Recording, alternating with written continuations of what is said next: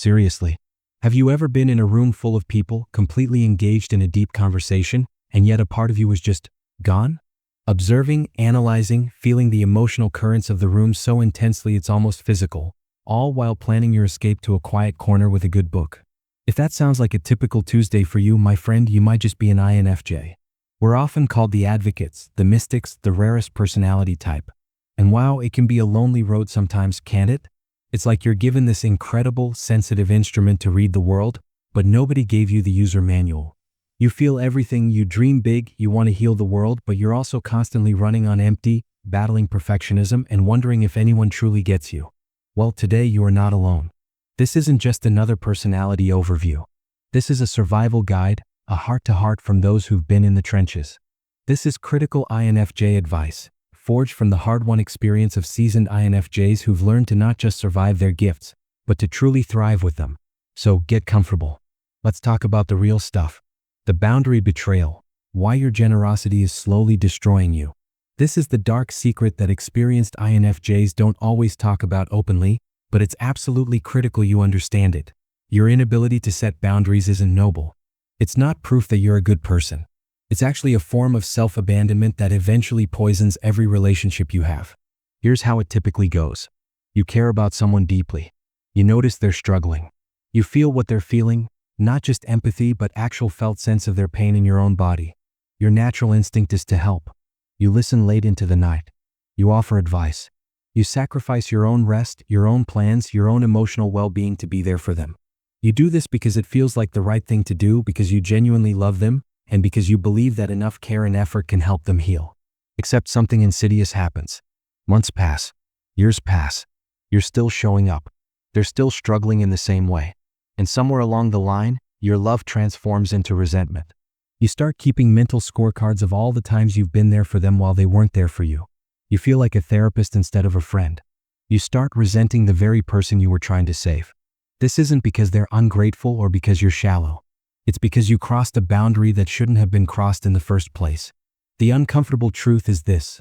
Other people's emotional journey isn't your responsibility to manage. Their healing isn't your job. Their choices, their growth, their recovery, these belong to them, not to you. When you pretend these things are yours to fix, you're actually denying them agency and dignity. You're also setting yourself up for disappointment and burnout.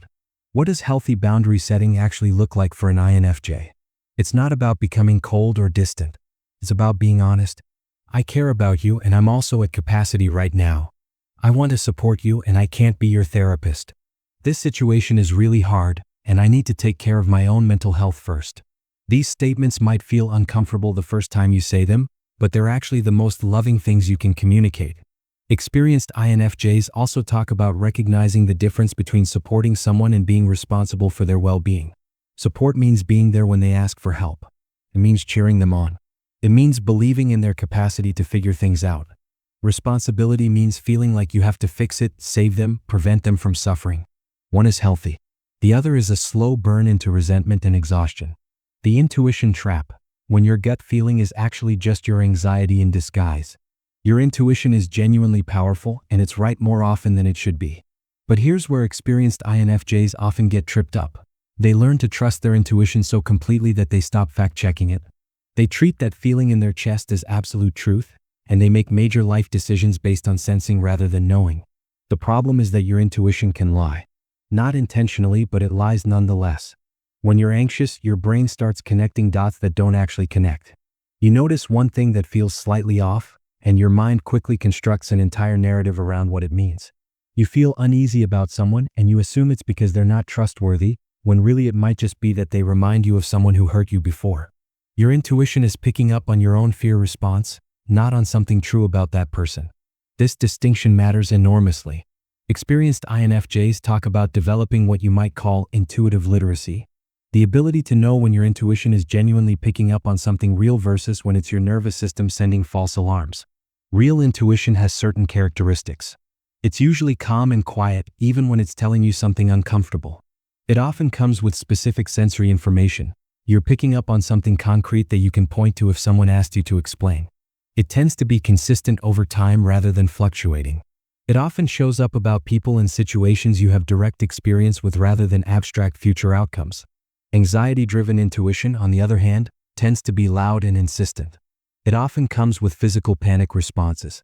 It usually focuses on worst-case scenarios and possible catastrophes. It's inconsistent.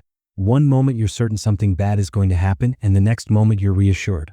It often involves you trying to predict things that are inherently unpredictable. The way to navigate this is to honor your intuitive hits but verify them against reality. When you get a strong feeling about something, pause. What exactly am I picking up on? What specific behaviors or statements am I responding to? Is this based on something in front of me right now, or am I projecting based on past experiences or fears? Is there evidence that contradicts this feeling? What else could this situation mean? The perfectionism prison, how your high standards became your enemy. Almost every experienced INFJ you talk to will tell you that perfectionism has been one of their biggest obstacles to actually living a fulfilling life. And here's the thing, perfectionism doesn't announce itself as the problem. It actually feels like dedication. Feels like having standards. It feels like caring about doing things well. But perfectionism has a specific flavor that's different from simply having high standards. Perfectionism is about your worth being tied to your performance. It's about the belief that if you're not excellent, you're failing. It's about the fear that if people see the unfinished version, the rough draft, the vulnerable attempt, they'll lose respect for you or abandon you. Perfectionism keeps you paralyzed because it says you can't release something into the world unless it's absolutely perfect. Think about how this shows up in your actual life. You have an idea for something you want to create, a business, a piece of writing, a conversation you need to have, but you don't start because you're not sure you can do it perfectly. You wait for the right moment, the right circumstances, the right knowledge base. Months pass. Someone else does what you were thinking about doing.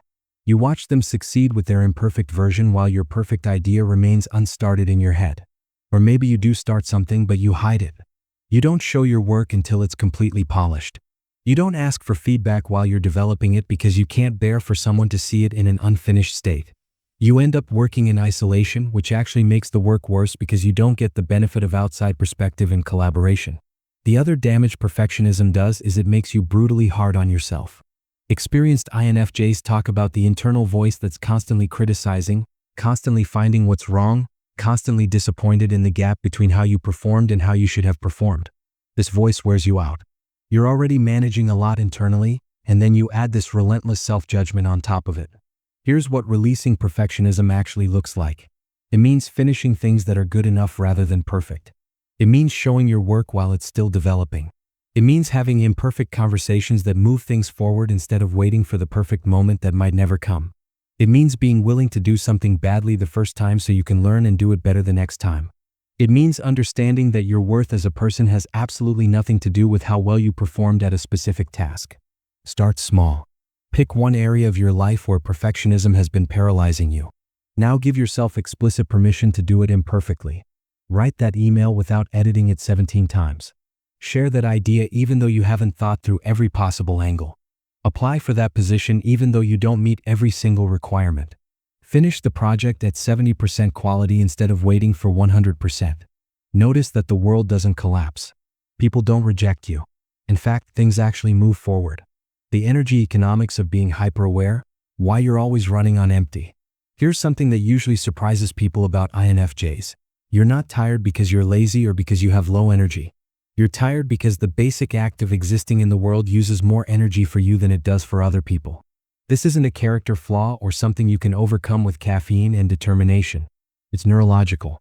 When you're in social situations, you're not just having a conversation. You're simultaneously managing multiple streams of awareness. You're listening to what someone's saying while also tracking how they're saying it and what they're not saying. You're monitoring your own responses to them. You're paying attention to how other people in the room are reacting to each other. If someone seems uncomfortable or upset, you're running calculations about whether you should do something about it. If someone's insecure, you're probably unconsciously adjusting your behavior to help them feel more secure. This all happens automatically below the level of consciousness, but it's energetically expensive. Then add the fact that you probably absorb emotional energy from the people around you. If you're around someone who's angry, you start feeling angry. If you're around someone who's anxious, that anxiety seeps into you. You're essentially functioning as an emotional sponge, and then you wonder why you need 3 hours alone just to feel human again. Experienced INFJs have figured out something crucial. Managing your energy isn't selfish. It's not optional. It's actually necessary maintenance of your mental health. When you don't give yourself adequate alone time and quiet space, you start deteriorating. Your patience gets shorter. Your tolerance for other people's emotions decreases. You become emotionally numb because you're so overwhelmed. You might notice increased anxiety, depression, or physical symptoms that have no clear cause. The solution isn't to force yourself to be more social or to overcome your need for solitude. The solution is to actually plan for it and protect it like you'd protect any other essential thing. Look at your week. How many hours of genuine alone time do you have? This means time where you're not with other people, not managing anyone's emotions, not performing for anyone. If the answer is less than you need, then you need to reorganize your life to create more space. This might mean saying no to events. It might mean having honest conversations with the people you live with about needing uninterrupted quiet time. It might mean leaving social situations earlier than you used to. It might mean taking a day off work just to be alone with yourself. Yes, it might disappoint people. But disappointing people occasionally is vastly better than burning yourself out completely. The Idealism crash. Learning to live with human imperfection. One of the defining features of the INFJ personality is the ability to see potential. In people, in systems, in the world. You can look at someone and see who they could become if they just made different choices. You can look at a broken system and envision how it could be fixed. You hold this beautiful vision of how good things could be, and you genuinely believe that effort and intention can bring that vision into reality. Sometimes this belief is validated. Sometimes people do transform. Sometimes systems do change. Sometimes your faith in human potential is rewarded with evidence that you were right to have faith. But other times, and perhaps more often than not, your idealism runs straight into the wall of human selfishness, laziness, fear, and resistance to change. When you're someone who sees potential and believes in transformation, this clash with reality can feel absolutely devastating. You might spend years believing in someone, investing in them, showing them kindness, only to watch them make destructive choices repeatedly and never learn. You might work tirelessly to try to change a system that's been broken for decades, only to find that nothing's actually shifted. You might pour your heart into a relationship only to have the other person take you for granted or hurt you badly. Experienced INFJs talk about the necessity of holding what feels like contradictory truths simultaneously. Yes, people are capable of goodness and growth. And simultaneously, many people are not currently choosing to grow. Yes, the world could be different if we all showed up with more compassion. And yes, the world is actually full of people operating from fear and self-interest. Both things are true. This doesn't mean you need to become cynical or lower your standards for how people should treat each other. It means adjusting your expectations for how often people actually live up to their potential. It means giving yourself permission to be disappointed without that disappointment meaning you were wrong to believe in the possibility of goodness in the first place. The other place this applies is in your relationship with yourself. You hold an ideal vision of who you want to be and how you want to show up in the world. When you inevitably fall short, because you're human, try to respond to yourself with the same compassion you extend to others. Notice the gap between where you are and where you want to be. Acknowledge it without shame. Then take one small step toward closing that gap. You're allowed to be a work in progress. Finding your voice, the art of speaking truth when silence feels safer. Most INFJs struggle with something that might surprise people who don't know them well. They often silence themselves. Not because they don't have thoughts or opinions, but because they're hyper-aware of how those thoughts will land and what impact they might have. You're thinking about what to say in a meeting, but you're also thinking about how it might make the other person look bad or whether it might create tension. You want to share something that's bothering you in a relationship, but you're already running scenarios in your head about all the ways that conversation could go wrong. You have an idea or an opinion about something, but you're thinking about whether you're informed enough to share it or whether someone might judge you for having that perspective. So you stay quiet. You edit yourself. You hide your actual thoughts and feelings behind a carefully curated version of yourself that you think is safer, more acceptable, more likely to be approved of.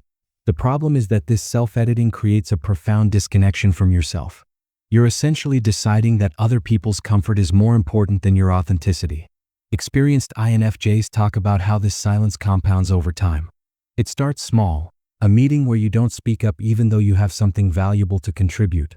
Then it becomes a pattern. Then it becomes your identity. Eventually, you don't even know what your actual opinions are anymore because you've been silent for so long. The work of reclaiming your voice is gradual.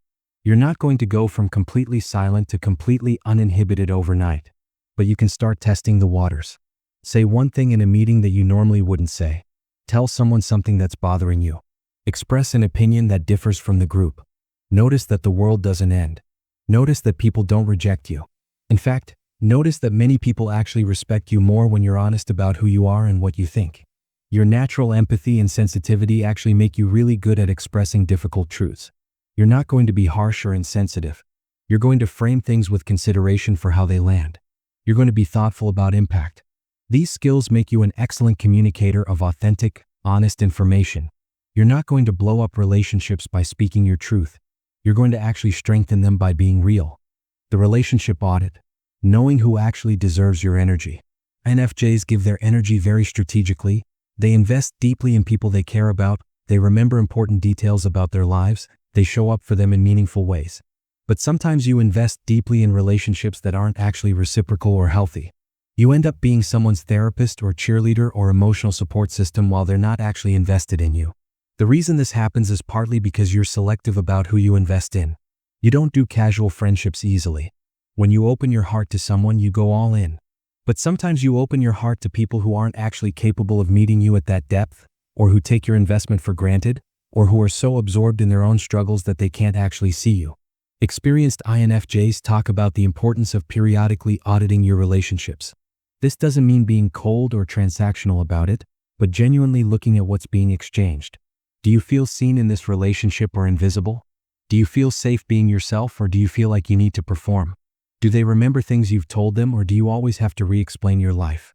Are they interested in what's happening with you, or is everything about them? Do they show up for you, or do you only show up for them? Do you feel energized after spending time with them, or depleted? There's a category of relationships that were absolutely meant to be in your life, but only for a season. A friend who was important during a specific chapter of your life. A family member who you care about but who doesn't bring out your best self. A mentor who taught you something crucial but who isn't meant to be a lifelong companion.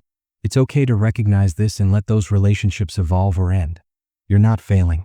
You're being honest about what actually works. The goal isn't to only have relationships with people who perfectly match your energy or to become transactional about who you invest in.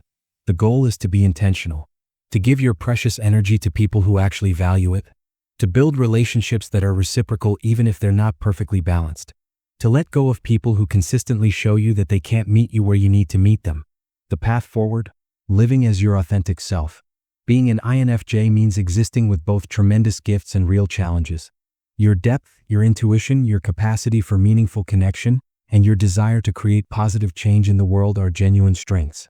At the same time, you're working with a nervous system that gets easily overwhelmed, a heart that can get broken, and a mind that can trap you in perfectionism and endless responsibility. The advice experienced INFJs share isn't about becoming someone different. It's about becoming more fully yourself. Someone who honors your sensitivity while protecting your energy. Someone who believes in people's potential while accepting their humanity. Someone who cares deeply while maintaining boundaries. Someone who uses your tremendous gifts without losing yourself in the process.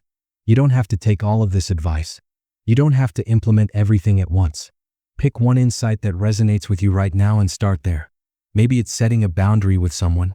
Maybe it's speaking up about something you've been silent about. Maybe it's giving yourself permission to do something imperfectly. Maybe it's letting go of a relationship that's been draining you. Start with one thing. Notice what shifts. Then move to the next thing. Your journey is uniquely yours. Nobody knows better than you what you actually need. But know that countless other INFJs have walked similar paths and come out the other side stronger, clearer, and more at peace with who they are. Your struggles aren't a sign that something's wrong with you. They're a sign that you're ready to live more authentically. And the world needs what only you can offer.